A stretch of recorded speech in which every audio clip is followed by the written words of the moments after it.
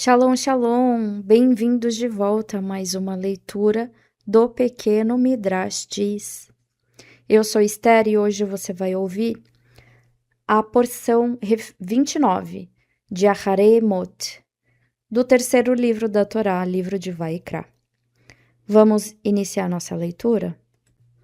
Quando o Kohen Gadol tem permissão de entrar no Kodesh HaKodashim, o lugar mais sagrado, no Mishkan ou no Beit HaMikdash, no dia em que os filhos de Aharon, Nadav e Avihu, morreram, Hashem disse a Moshe: avise seu irmão Aharon para ele não repetir o mesmo erro de Nadav e Avihu, porque eles quiseram tanto se aproximar de Hashem, eles entraram no Kodesh HaKodashim sem permissão, e como resultado foram punidos com a morte.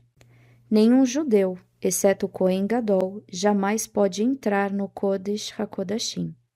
A Shekhinah habita ali. Mesmo Aharon, o Kohen Gadol, só pode entrar ali 4 vezes, em Yom Kippur, para fazer a Avodá. Se ele entrar uma 5ª vez, ele será punido com a morte pelo céu. Havia apenas uma pessoa que era diferente.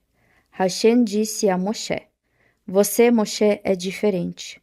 Você pode entrar no Kodesh HaKodashim sempre que quiser, porque você é muito sagrado. Hashem ensinou a Moshe a avodá especial de Yom Kippur. Nós explicaremos algumas das principais leis.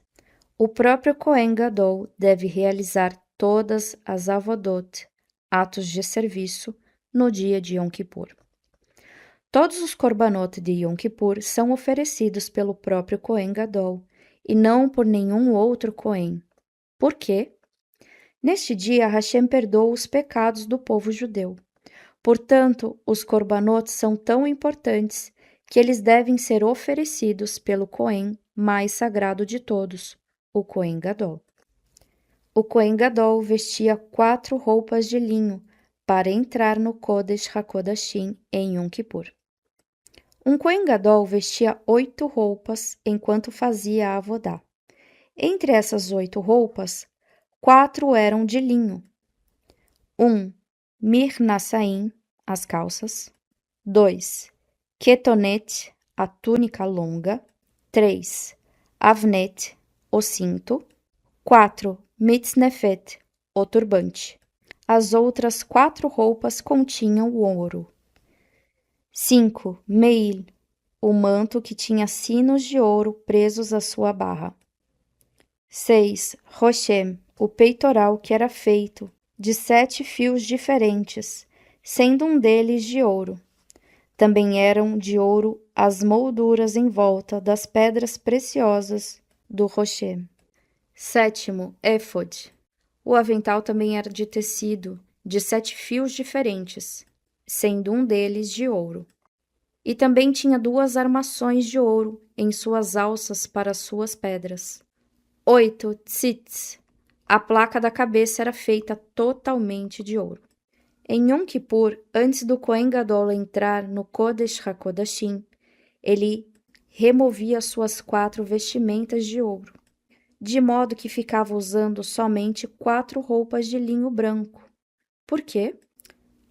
Como Hashem perdoa os pecados do povo judeu em Yom Kippur, o Kohen Gadol deve ser extremadamente cuidadoso em não deixar que o anjo acusador aponte para o ouro e lembre a Hashem: Bnei Israel fez um bezerro de ouro. Outra razão por que o Kohen Gadol veste somente roupas de linho ao entrar no Kodesh HaKodashim é porque roupas de linho são brancas. Branco indica pureza e perdão. A roupa branca mostra que o Kohen Gadol está pedindo a Hashem que ele perdoe os pecados de Bnei Israel. Ouro, por outro lado, é avermelhado e a cor vermelha indica pecado. O Kohen Gadol muda de roupa em Yom Kippur 5 vezes. A cada mudança, ele imerge em um mikve. Ele joga água sobre suas mãos e pés 2 vezes. Uma antes de tirar as roupas que está usando e uma depois de colocar as novas. Corbanotes especiais eram oferecidos em Yom Kippur, incluindo 2 bodes. Quais eram os corbanotes especiais que o Kohen Gadol oferecia em Yom Kippur, além dos corbanotes diários? Eles eram 1. O Corban Musaf. Ele trazia uma oferenda de Musaf por Bnei Israel inteiro. Ela consistia de um touro, um carneiro, 7 ovelhas e um bode. Estes animais eram pagos com dinheiro público. 2. Os korbanot particulares do Kohen Gadol. O Kohen Gadol oferecia o seu korbanot pessoal, pelos quais ele pagava com seu próprio dinheiro. Eles eram: A. Um touro oferecido como korban hatat. Ele recitava o seguinte vidui, confissão, com as suas mãos pousadas sobre a cabeça do touro. Por favor, Hashem, perdoe-me. Eu pequei involuntariamente e voluntariamente, e eu me rebelei diante do Senhor, eu e minha família. Por favor, Hashem, perdoe os pecados involuntários e voluntários, meus e de minha família, e a nossa rebeldia. Depois o Kohen Gadol colocava novamente as suas mãos sobre a cabeça do touro e dizia o vidui por seus próprios pecados e pelos pecados de todos os Kohanim. B. Um carneiro que ele queimava por completo como um sacrifício de olá. Terceiro, os 2 bodes. O Kohen Gadol ficava na Azará com o Segam, assistente de Kohen Gadol, à sua direita. À sua esquerda ficava o líder do grupo de Kohanim, que estava em serviço naquela semana. 2 bodes haviam sido preparados na Azará. Um iria para Hashem e outro para Azazel. Qual bode seria escolhido para Hashem? Em frente ao Kohen Gadol havia uma caixa de madeira contendo 2 pedaços de madeira. Em um deles estava escrito Lá Hashem, para Hashem, e no outro Lá Azazel, para Azazel. O Kohen Gadol colocava ambas as mãos dentro da caixa e pegava um pedaço de madeira com cada uma delas. Ele colocava o pedaço de madeira tirado com a sua mão direita sobre a cabeça do bode que estava à sua direita, e o pedaço que tirou com a sua mão esquerda na cabeça do bode à sua esquerda. O Midrash explica que o Kohen Gadol não precisava de fato tirar os pedaços de madeira da caixa. Eles miraculosamente pulavam na caixa em direção às mãos do Kohen Gadol. Nossos sábios nos contam os 5 milagres que aconteciam na época de Shimon HaTzadik. Um famoso Kohen Gadol serviu no segundo Beit HaMikdash, Shimon HaTzadik. Além de ser um tzadik muito especial, ele era um extraordinário Talmid Chacham e o líder do Sanhedrin. Enquanto ele viveu, 5 milagres aconteciam no Beit HaMikdash, pois ele tinha conhecimento profundo de todos os 5 livros da Torá. O primeiro, quando ele fazia o sorteio para os 2 bodes em Yom Kippur, a madeira que continha Lá Hashem sempre pulava em sua mão direita. Isso era um sinal de que Hashem estava satisfeito com os judeus. Segundo, o Kohen Gadol costumava amarrar uma fita vermelha entre os 2 chifres do bode para Azazel. Enquanto Shimon HaTzadik viveu, esta fita se tornava branca mais tarde, quando o bode era morto. Isso era um sinal de que Hashem havia perdoado os pecados do povo judeu. Depois que Shimon HaTzadik morreu, a fita algumas vezes se tornaria branca e outras vezes permaneceria vermelha.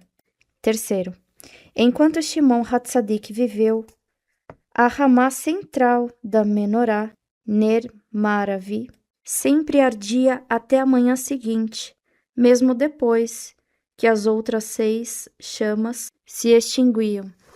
Depois da morte de Shimon HaTzadik, a Ner Maravi às vezes queimava até o dia seguinte e às vezes se apagava antes. Quarto, Durante a vida de Shimon Hatzadik, o fogo no Mishbeach de cobre nunca se extinguia, mesmo quando os Kohanim não acrescentavam madeira, exceto pelos 4 pedaços, que era uma mitzvah adicioná-los todos os dias. Quinta, assim que os Kohanim comiam um pouquinho do lechem, rapanim, ou da oferenda do Homer trazida no 16º dia de Nissan, e da oferenda de Shitei Halechem de Shavuot, eles imediatamente ficavam totalmente satisfeitos. Hashem trazia uma bênção especial pelo Zehut de Shimon Hatzadik. Depois de sua morte, os Kohanim costumavam ainda sentir fome, mesmo depois de ter comido uma grande porção de Lechem Rapanim, ou do Homer, ou do Shetei Halechem. O que acontecia com os 2 bodes? O Kohen Gadol olhava para ver qual dos bodes havia tirado a sorte de La Hashem e anunciava: este aqui é o sacrifício de Hatat para Hashem.